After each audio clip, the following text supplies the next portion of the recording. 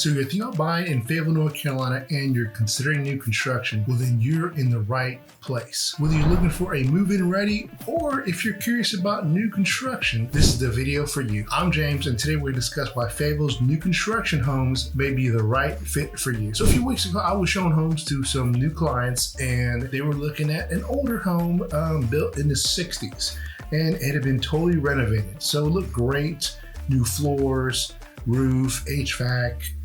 Looks like they knocked down a few walls to make it look more modern with that open concept. House smelled great, looked fantastic, everything. But one of the things we noticed was he was very handy. He started looking at the piping underneath the sinks, kitchens, bathrooms, things like that, and noticed that it was older piping. One of those things that could happen with these new construction homes. We couldn't see much wiring. He opened up the panel box a little bit, but really hard to tell. So with all that being said, sometimes new construction may be the way to go. The fact that some of these older homes are something you may not want to buy into because it may cost you more money in the future. So in this video, I'm going to break down why new construction may be the home for you in 2024 into 2025. So Fayetteville is definitely growing, and we're getting a lot of demand, and things are starting to spread out more and more. Every time I turn around, I see new construction homes going up, new communities going up.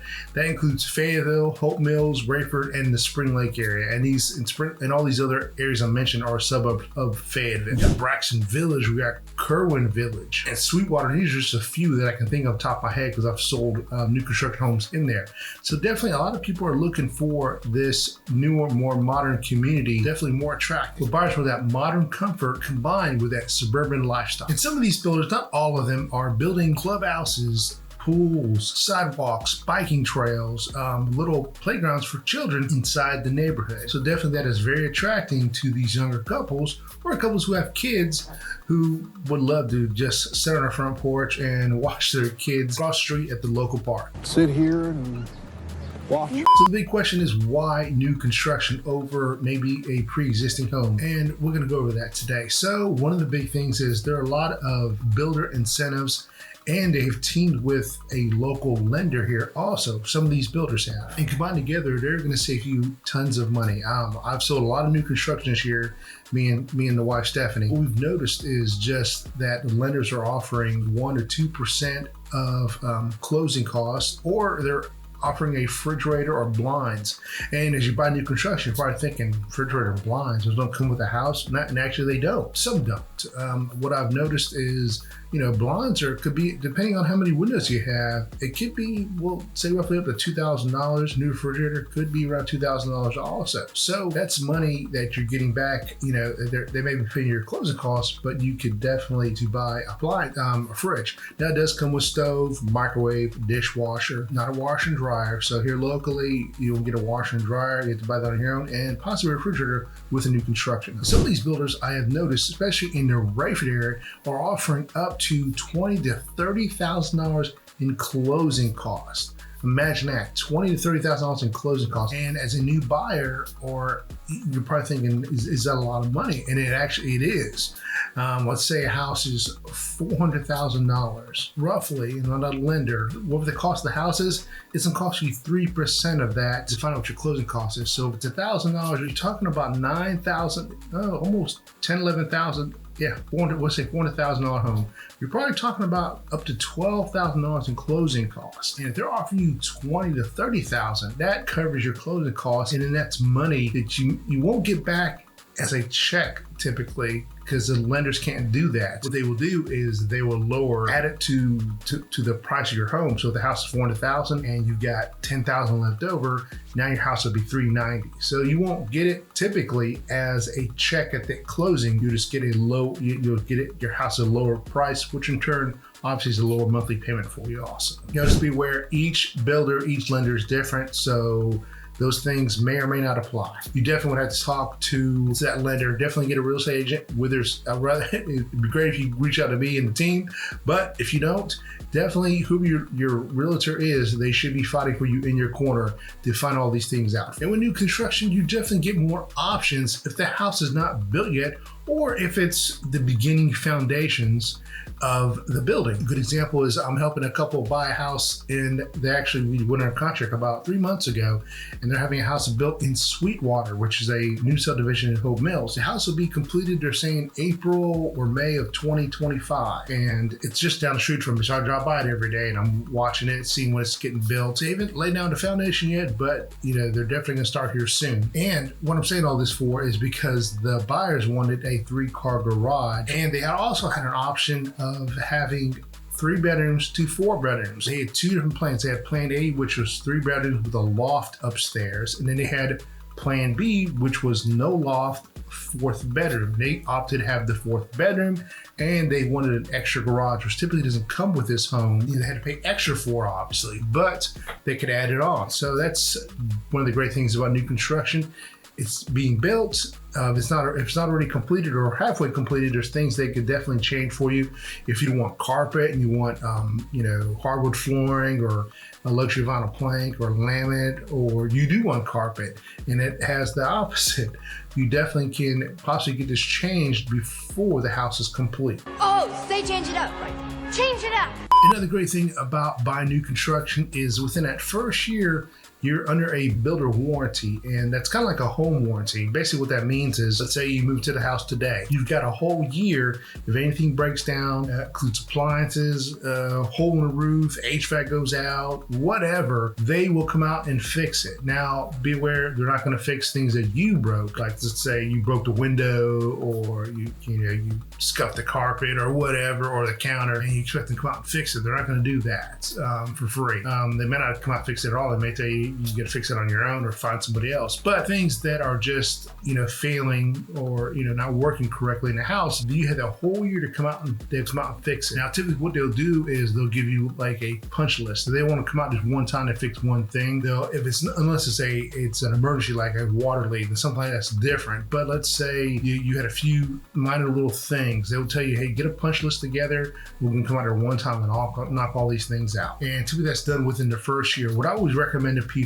is do not buy a home inspection, because they're about $400, and you can if you want to. Not saying that you can't, but what I usually recommend is don't buy a home inspection for a new construction home. About the 9th or 10th month of you living in this house, get a home inspection then, and everything they say is wrong, present it to the builder, because you'll have contact with them, of course, and within that 1 year, tell them to fix all these things, and they'll come out and fix it. I always recommend that to if you're buying new construction, why spending money up front when you're having a house built and everything is just about perfect? Then instead of doing it twice, possibly spending it then and then spending it again, to spend it once definitely is up to you as the home buyer.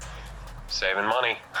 So you also have a 10-year foundation warranty, and that begins right when you move into the house. After your 1-year warranty's expired, you've got 9 more years. So anything wrong with foundation, definitely have the builder come out and take a look at it. They'll address these issues if there's any foundation issues in that 10 years. Also, one of the great things about new construction is just for that, if you're up to that open concept, which a lot of people are nowadays. And what I mean by open concept is the kitchen from the living room to the dining room is all one big space. You got limited walls blocking everything. So a lot of people enjoy, myself included, being able to sit in the kitchen or stand in the kitchen cooking or washing dishes or whatever, and I can still see the TV. So some of these older homes don't have that. They have knocked down some walls if they can to make to where it's not load bearing. But for the most part, these new construction homes have that open concept, and people love that. So some of the cons of new construction are going to be delays. Now, if you're having your house built, or if it's even started to being built, some of these builders have, you've probably heard the term cookie cutter homes. So they've already got several floor plans that they're going to, or 5 or 6, they're going to make in a certain neighborhood. So they're going to build this neighborhood out, make 100 homes, build 100 homes in here. And they're going to have floor plan A, B, C, and D. And they're going to put house A here, B, C, and D, and then on down the line, they're going to, keep building that same home. So there's a good chance that your neighbor's house down the street will have the same layout as you. So that's what they call them, cookie cutter. Anyway, with all that being said, sometimes they're already planning to build those homes. So it's not too much of a delay, but let's say these homes are going selling quickly. And like the story I told you earlier,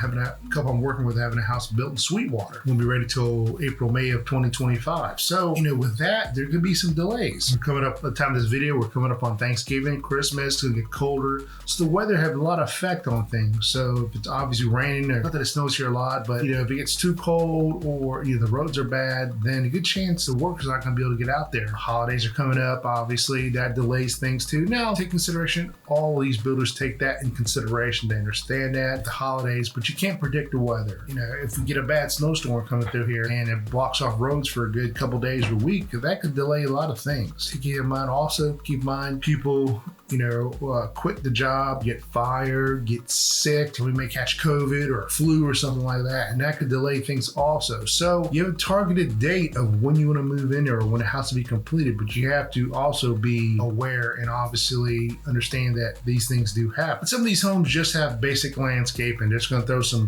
grass seed down in there. They may throw some sod down there and some pine straw and call it a day. So basic landscaping, they're not going to deck it all out. So that's going to be your job as a new homeowner. If you want the nice flowers and roses and all that stuff, that could be a deterrent to you. I don't see it being a deterrent for most people.